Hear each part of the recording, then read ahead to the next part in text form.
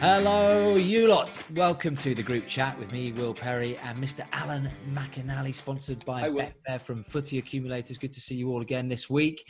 Al, I want to start by asking you, what is going on with Donny van der Beek at Manchester United? It was a big money signing, wasn't it, over the summer? Lots expected from him because of the way that he performed at Ajax, and he was Mr. Ajax as well, wasn't he? It was such an exciting signing. I know Manchester United fans wanted Jadon Sancho and they wanted Jack Grealish, but if you'd offered them Donny van der Beek, they would have all taken it. You know, it's the £35 million deal plus £5 million in add-ons, which seemed like a snatch for someone like that. Like I say, 23 years old.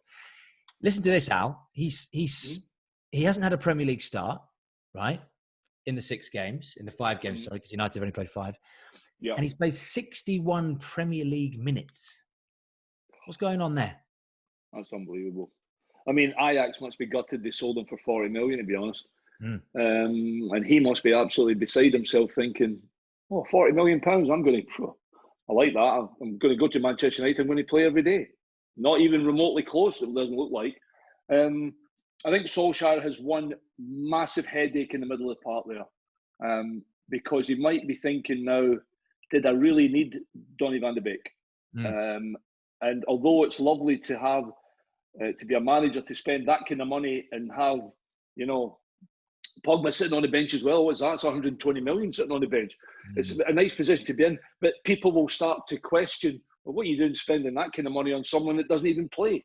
I mean, quality and competition for places at Manchester United should be as high as they probably get. But I think he's trying to horseshoe everybody in. And there's only one player for me in the Manchester United midfield that's a starter, is Fernandes. Because he's that good.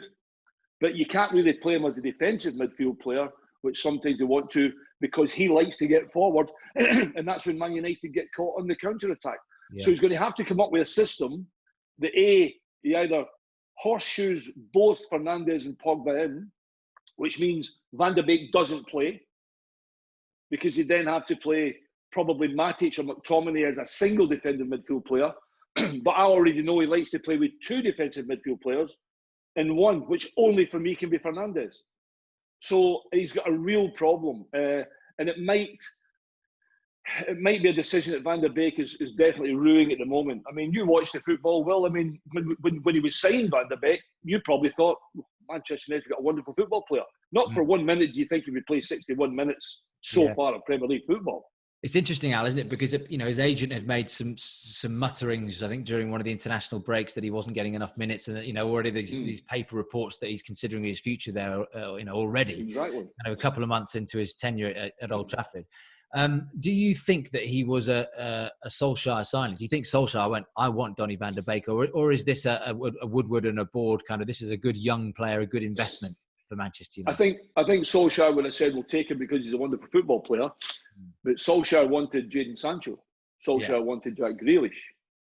I wouldn't have believed for 1 minute. And of course, Ole Gunnar Solskjaer could say he was at the top of my list, and you'd be like, okay, he was at the top of your list, no problem. But that brings your own problems, because if he's at the top of your list, why are you not playing him? It certainly seems as though it was a signing that maybe the board thought, right, we need to spend some money. I don't care what money we spend, we need to spend some money and get somebody in. And it looks a little bit like that, because obviously he's not absolute first choice, because if he was, he'd have probably cost more money because they would have got someone else, and he would play. So all he is at the moment is a £40 million squad player. Yeah, quite an expensive deal for Manchester United. Absolutely. And look, Al, we haven't seen enough of him to make huge judgments yet, because neither of us have watched the whole Eredivisie season last season. But I've seen enough of him in the Champions League. I'm sure you have as well. And you know, of course, he was part of that side, wasn't he? That got to the semis with Tottenham in that unbelievable game. And that Ajax team has been picked apart by the vultures. Incredible. But when you look at someone like Van der Beek, and it's easy to make the comparison. For example, Davy Klaassen came over from Ajax. Yeah, Ronald Koeman said he was going to be an unbelievable signing, and he was a failure. Let's face it, he was a failure. Not good enough in the Bundesliga. You know, is it easy to sort of say, we can take someone from the Eredivisie and it matches up with the Premier League like that? You know, is he going to cut it in the Premier League? Because Solskjaer's obviously seen him in training and not seen enough to stick him in the team. No, think of the amount of players that from the Dutch league come over and play at the top teams.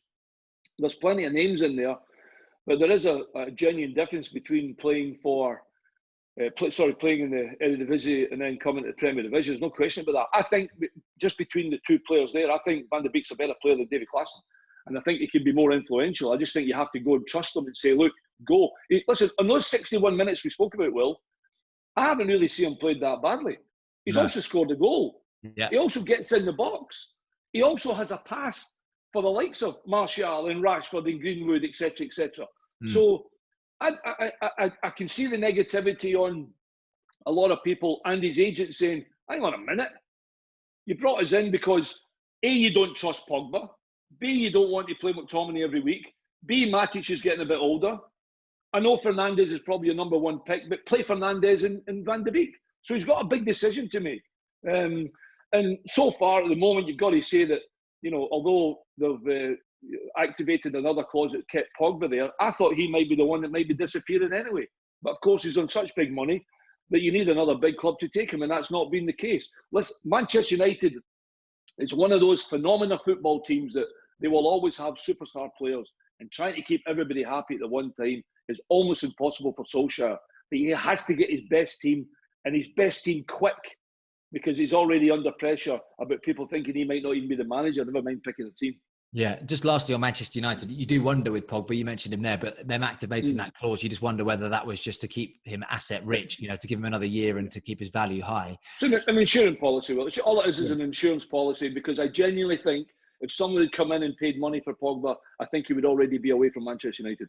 Yeah. So where has that Pogba-Fernandes combination gone that was so good, you know, post-lockdown? I'm thinking even from that first game against Spurs when they got a late draw there and onwards, you know, Fernandes was exceptional, but they managed to fit Pogba and Fernandes in together, and United look far more creative than they have been this season. With Pogba in the team, don't worry about it. You're going to be a creative football team. I mean, it sounds as though I'm having a go at Pogba a little bit here, because it's kind of easy to have a go at, because he leaves himself open with, you know, some of the things he was. What was he saying? I've always wanted to play for Barcelona or something like that. I can't remember. And you're a Man United. Yeah, and you're like, just don't say that. Because there's still a lot of people at Manchester United adore Pogba and think he should be playing. He is a top player. World Cup winner, for God's sake. Yeah. Plays in the French national team, who are a wonderful football team. But trying to horseshoe him into Manchester United is a problem just now. But you're right, I don't know where. Maybe he just has to bite the bullet, Solskjaer, and says, right, I'm going to play 1, 2, 3 up top. I'm going to play Pogba and Fernandes, and I'm going to play Matic in behind, and I'm going to play 4 defenders. That's how we're going to play. And then he can play Pogba and Fernandes and say to them, by the way, 10 games, make us brilliant. You're fantastic football players, and Van de Beek, unfortunately, is just going to have to bite the bullet and wait for his opportunity with injuries, drop of form, etc., etc. Have we sussed it then? Have we sussed it that Solskjaer essentially doesn't trust his back four, hence why he's sticking Fred and McTominay in front of them, and he can't have that creativity? We got there. Well, it's not just we've got there, but I do think he wants to play with a 4, because everybody knows their job properly then. And I do think he wants to play with more of a parachute with the 2 dropping midfielders, but they're still involved. But when they lose the ball in a certain area, they don't want to get caught too quickly, because they're not the paciest at the back, Manchester United. Good defenders, but not the paciest. And that's where Man United are probably most at risk, because everybody that Manchester United play will want to hit them on and play counter-attacking football. And that, for Solskjaer, I think is a high percentage game for him if he doesn't go with the 2 defensive midfield players. Yeah. Right. Manchester City. Sergio Aguero, surprise, has picked up another injury. This is not, you know, not news we're not used to as Manchester City fans, but having come back from a long layoff, it's slightly disappointing. This one apparently is only going to be 2 weeks. And it's a muscular injury. Look at this, Al. I want to throw you this stat. This is from The Athletic, right? I thought this was very interesting. There have been 78 muscle injuries already in the Premier League this season, which is a 42% increase from this stage of any previous campaign. Wow. So that 42%, particularly on last season. What is that down to? Is that again down to the number of games, the lack of pre-season, the lack of break? A bit lack of recovery time, possibly as well. Although I wouldn't imagine the players are doing an awful lot of strenuous training. It'll just be a lot of ball work, which is players love that. We like to play in five-a-sides. We like to get the ball out quickly. We don't want to be running to that tree over there, around the lake and all the way back for pre-season training. I can't answer the question. I can't believe he's injured again, by the way, because just when you thought Man City might be in a position where they might go, Aguero's back as well, etc., etc. You know, and De Bruyne, and you know they're getting Diaz at the back and Laporte's back, and you think, Man City are there again.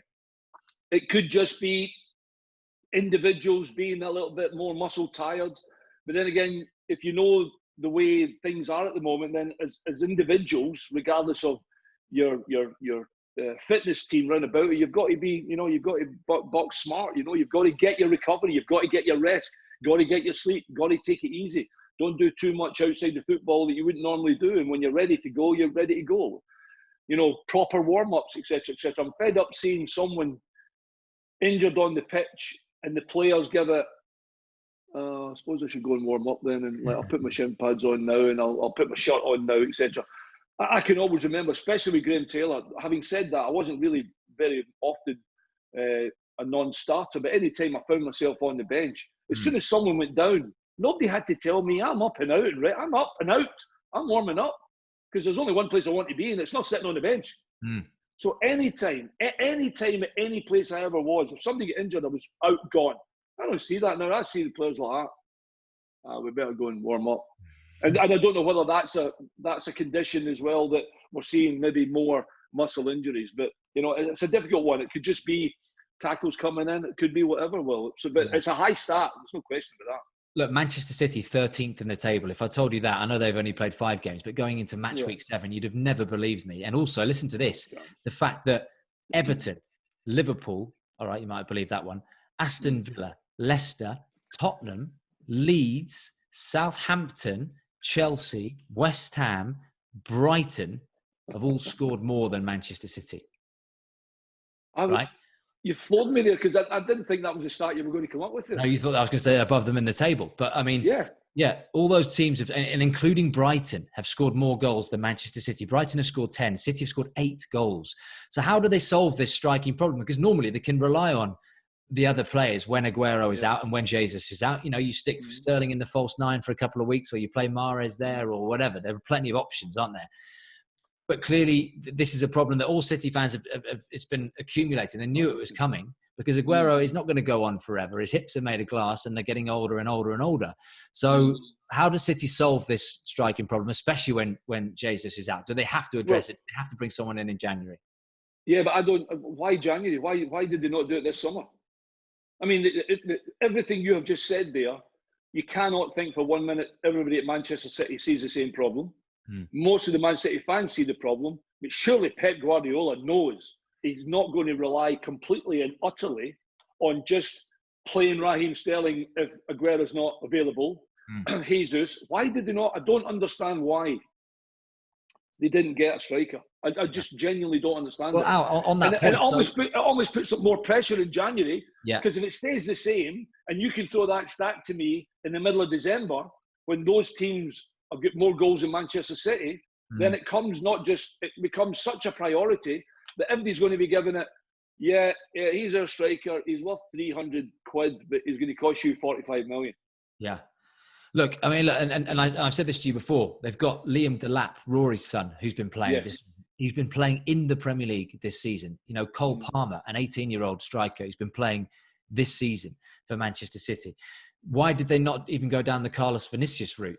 All right, we haven't seen too much of him, but a striker that's been banging in goals for Benfica, who's willing to come on loan and sit on the bench at Tottenham. He'd been willing to do that at City, wouldn't he? They needed that extra firepower. I actually, funnily enough, and I don't think I ever said this to you, I thought he might have taken Cavani. Yeah.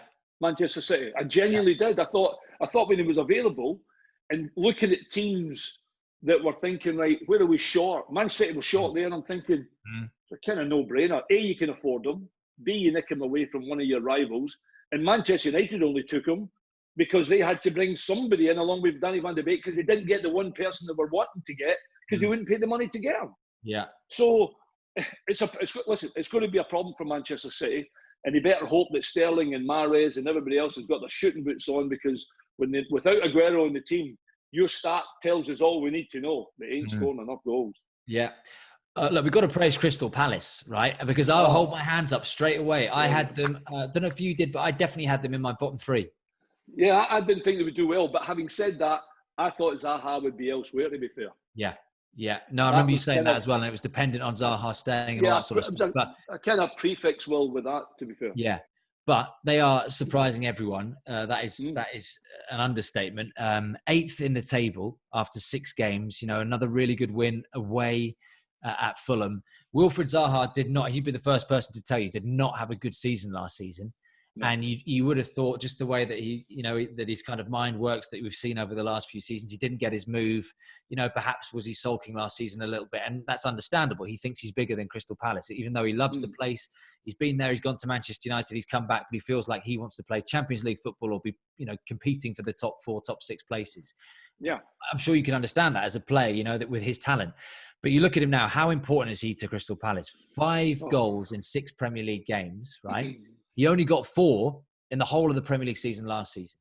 I know, exactly. I mean, he is important as Ronaldo is to a team, to Messi is to a team, and that sounds awfully highfalutin, me saying that, but he is that important. And by the way, he is such a fabulous football player. I mean, you've got to admire Rog Hodgson as well, Hodgson, because people are giving, he's 70, whatever he is. You won't ever meet another person involved in football more energetic and still optimistic about being a football manager, and has done it everywhere. He's been in Finland, he's been in Germany, he's been in Switzerland, he's been an international manager, seen it all. Probably wasn't the best move from him to go to Liverpool. It didn't work out particularly well from Liverpool as you might have thought. And probably you can look at that one and think, it's maybe only the one that Roy would look back on and think, I could have done maybe better there. But I don't know what he can do better at Crystal Palace. Keeping Zaha, and he must have played a part, Roy Hodgson, as well as, of course, the board, etc., was the main thing for them, to try and keep that equilibrium in the team and also keep the team's confidence up, etc. Yeah. I mean, there was one brilliant thing. I don't know whether I dreamt this well, but I'm sure I heard Roy say, I've never once doubted Wilfred's, to the cause and, to Crystal Palace. And I thought he handed a letter in for I want a transfer. Never once did I doubt that boy. But this is football, isn't it, Al? I remember him saying that. And then, not long after that, I think that was around the time he signed a new contract. He's got a contract at Selhurst Park to 2023. So he's contracted to that club. He's not going anywhere, right? No. Contractually. However, is this a catch-22 for Palace and for the Palace fans? Because the better that that Zaha plays for Palace, great. You're up the table and you're not going anywhere near it. But anywhere near the relegation zone. But in Zaha's head, he's thinking, right, here we go. I'll put myself on the map again, because he was disappearing from the radar of top 4 teams. But actually now, if you are, I don't know, Tottenham have got those players coming out their ears. But if you are, an Everton, you might be thinking, oh, hold on. We've been interested in Zaha before. I mean, he'd be a perfect fit for Everton. If you're trying to improve Everton and Everton trying to make them Champions League contenders, Zaha is going to get you in that direction. Well, maybe, Will, the reason he's still a Palace player, apart from the new contract, and you're right, I don't disagree that he's relatively happy at Crystal Palace in terms of, I love this place, I know the place really well. But you said when we started this, he was so poor last year that the radar was switched off, by the way. He wasn't even on the radar. Yeah. So maybe that's the reason that no one... So Palace wanted what? 75 million? I don't know how much it was. I'm thinking realistic, 65, 70 million they would have wanted for Zaha. Was anybody prepared to pay it? No chance. People offered 40s, didn't they? And they weren't having it. Correct, exactly. In this kind of form, there's going to be a queue all the way down the street because they'll be like, there he is, that's him. That's the happy Palace player that we actually wanted to have a couple of years ago. And providing Will's performances are brilliant for Crystal Palace and they stay presumably mid-table, maybe even sneak up to 7th possibly, then, he's going to be one of the players most valued at Crystal Palace. But unfortunately for Crystal Palace, most sought after. It's as simple as that. But he's been fantastic. And I do go back to Roy Hodgson should get a pat in the back for keeping him on the level and saying to him, hey, He's probably putting an arm around them every day and saying, "You're my best player. Go and show everybody how good you are." Yeah. And look, he's 27, he's 28 next week, but he's still at a good age, isn't he? He's in his prime, arguably, at that age. And he's probably happier this season because they've signed players to help him out. You know, it's not just a one-man job, and he hates getting kicked the whole time by players because he's isolated on the pitch. But they brought in Eberechi Eze, who's tricky. They brought in Michy Batshuayi. You know, they've got some more firepower there alongside. Fulham out, right? It wouldn't have probably surprised you if I'd said after 6 games that Fulham would be bottom of the table. With a -9 goal difference and just the 1 point, which was against Sheffield United, wasn't it? So why are Fulham making the same mistakes? And are Fulham the worst team in the Premier League since Fulham last time? Or Derby? No, but I mean, that was a few years ago. Fulham yeah. I think so. I find it hard as an ex-football player having a proper go at a football club that did brilliant to actually get to the Premier Division. Everybody be so optimistic and watched them 4 or 5 times and thought, not good enough. Not enough Premier Division level football players, and they're going to get spanked, and they have. I said it as well. I don't want to be like glib about it or anything. It's just a difficult place to be in the Premiership when you have Championship defenders who try to be too clever, don't defend properly, and rely on Mitrovic too much to get them goals when he's might not getting the service he was getting in the Championship. I'd be gutted for Scotty Parker if they get rid of him. Honestly, I'd be absolutely gutted because he got them there. Probably knew they were sailing a bit into the wind by thinking, right, if we can get a half-decent start, I might get some money to spend. All of a sudden now, they're like, how much money can we throw at this to try and keep us, not bottom of the league, and have some sort of semblance of keep your head above the water to stay in the Premier Division? You know, I think they're doomed to go down. They'll probably have to spend money in January still to appease the fans and look as though they're actually doing something at the football club to bring a better level of football player in. But at the moment in time, they're a Championship team in a Premier Division. And it's going to be a tough season for them, isn't it? I mean, look, this is the thing. When you draw the parallels from the 18-19 season, when they didn't finish bottom because Huddersfield were beneath them, but they went down convincingly, didn't they? And they had 3 managers that season. Was it even 4? I can't remember. Ranieri was there at the end and before Scott Parker took over. You know, they that season, they made a hell of a lot of signings, right? Already this season, you looked when they came up, you thought they're not going to make those mistakes again. They're going to stick with that team who did so well for them in the Championship. And, you know, which obviously does a lot for a team and for a dressing room to stick with the majority of those players. They signed 12 players. They signed 12 players who are all pushing for starting places. And have they improved them? You know, they brought Tosin Adarabioyo in from City, who had a good season on loan from Blackburn last season. They brought in Joachim Andersen, who's the Danish defender from Lyon, who played against City in the Champions League semis, quarters even. So, look, are they just repeating the mistakes from last time? Because what you hear coming out of Scott Parker's mouth is the same excuses towards the end of that season and the same excuses that Ranieri was making. Yeah, I mean, to bring 12 players is a lot. I think if we take something into context like that, look at Sheffield United. I think Chris Wilder kept the majority of their squad and maybe only brought 2-3 in max. And then the formation and the style and the feeling. Yeah, exactly. Whereas Fulham have struggled a little bit with that. I mean, the boy Adarabioyo, I thought he was fantastic at Blackburn. I thought he was really good. And I don't doubt for 1 minute he's a good addition. Anderson, I don't know, okay. Then again, if he was that good, he'd beat Manchester United. So, you know, where Fulham are spending money in the market as well, is probably not at the absolute top table. But he needs to be bringing players in that's better than if he's going to fragment that squad that did so well for him. It's not that he doesn't trust them, it's that he thinks, right, I need to bring in just a little bit more quality.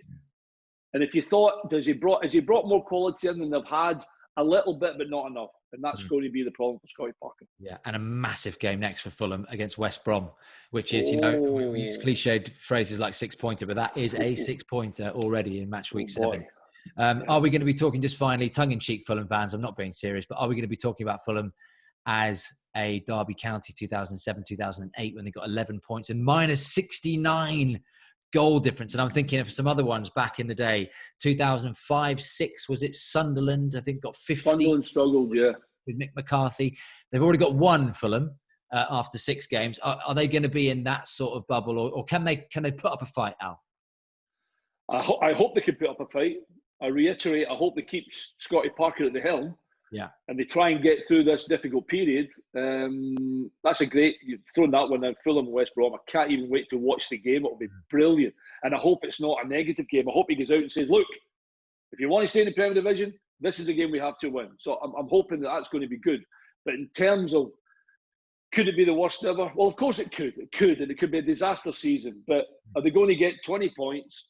Nah, I doubt it, to be honest. Whether or not they're going to be the worst ever, I don't know. Put it this way, I do think, and not just me, of course, it's not just saying this, but I think a lot of Fulham fans are already thinking, we'll prepare for the Championship next season. Yeah. Right, lastly this week, Tottenham. Title contenders, yes or no? Yes, I think so. I thought the result the other night there against Burnley was a wonderful result. Because nobody batters Burnley, nobody turns them over too much, and they managed to keep, Ashley and Big Chris pretty quiet. And in terms of huge chances, I thought they kept Burnley at kind of arm's length. Now, Spurs 2 years ago, 2.5, 3 years ago, I think they probably get beat by Burnley the other night there. And all of a sudden they don't look like it. Got to say that obviously the Kane Heung-min Song partnership has been sensational. Well, on that note, let me bring you this just while you mentioned that. So 27 combinations. I'm going to go up the list. Darren Anderton, Teddy Sheringham at Tottenham, right? Yeah. And then there's a list of 29. So 29. Robert Pires, Thierry Henry, Arsenal. Ooh, David Silva, Sergio Aguero, Manchester City, also 29. Top of the 29s, Harry Kane and Son Heung-min. And then the only combinations they have to break down, and they could probably do it this season, 36, Didier Drogba and Frank Lampard at Chelsea. They'll have that in their sights the way they're going come Christmas. Wow. That's pretty impressive, isn't it? Pretty impressive. Well, for that reason, and then you throw in a certain Mr. Gareth Bale. Yeah. And maybe a Dele Alli and Bergwijn and Ndombele, etc. And looking a little bit better at the back the other night there, you've got to say that my answer to your question would be yes, because if they can keep all them fit and score goals the way they will, and then obviously with the addition of Bale, they must be there or thereabouts. They've got to be there or thereabouts. They genuinely have. I don't know whether you feel this, Will. I know why you've asked me the question now. But, and listen, there's a lot of people who don't like Mourinho because, it's like, I saw a brilliant thing last week was, yes, after the first half, it was Mourinho 3, West Ham 0. At the end of the game, it was Spurs 3, West Ham 3. That because it's normally he'll take the credit for everything. I don't know what it's about him. I don't know whether there's a different feeling I feel about Spurs, because I do think it's the first time I've ever thought they've got a chance of winning the title. There you go. And I don't know why. It just must be a vibe coming off them. The game, the way they're playing it at the moment, everybody seems to be on the same page rather than fraction, and the manager not being happy. So they're there or thereabouts. And after all, you're not bringing Mourinho into your football club to win the Europa League, are you? And you have to, just finally, give it to Mourinho, don't you? You have to hand it to him in that sense. We all watch the documentary and bits and that, and you start to get an idea of the kind of the camaraderie or the lack of camaraderie, and then how it sort of deteriorated the relationship with Dele Alli. It looked like 6 months ago that Mourinho wouldn't be there much longer than 2 or 3 months. But actually now you can see that he started to get his people on board. He's built this team. He's rebuilt this team, bringing in the likes of Sergio Reguilon and obviously, Bale, and he's got the players that he wanted. And he's a good player. He's a good, sorry to interrupt. He's a good player, Reguilon. He's a really, really good player.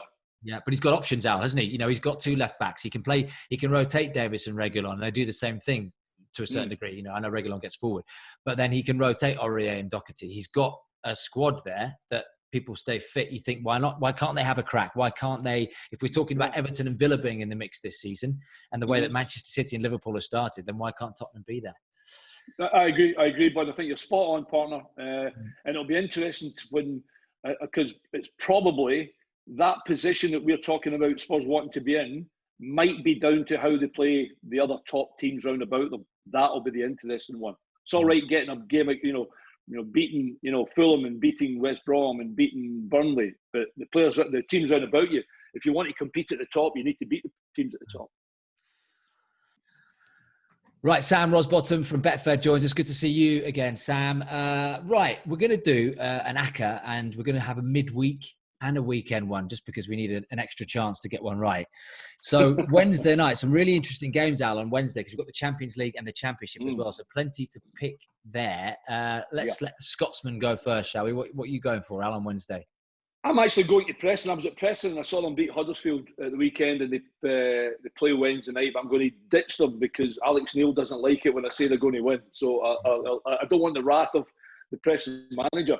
But I have been pretty impressed with Jason Tyndall's kind of scruff of the neck with Bournemouth, putting them to a position where a lot of people didn't think they would be. They got a good point, albeit pretty late, against Watford on Saturday, and it's actually second against fourth, Will, and I'm hoping that Sam will tell me they're a good price. I'm going to go Bournemouth at home to beat Bristol City, who incidentally going pretty well too at the weekend, got a draw with Swansea, but this is a huge game in the Championship, so I'm kind of putting my head in the block a wee bit here, hoping to get a price for the treble. I'm going to go Bournemouth to beat Bristol City.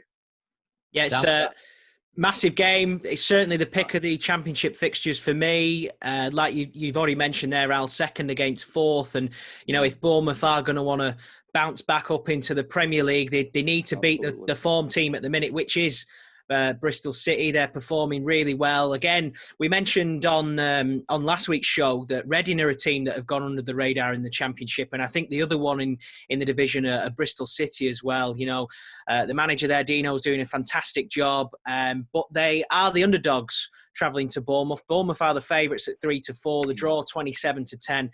Bristol City 17-5. So 3-4 for the ACCA for Bournemouth there. Yeah. Right, we're only going to do a treble this week, Sam, for the Wednesday one. So we're going to let you have a pick. We need your help. What you fancy?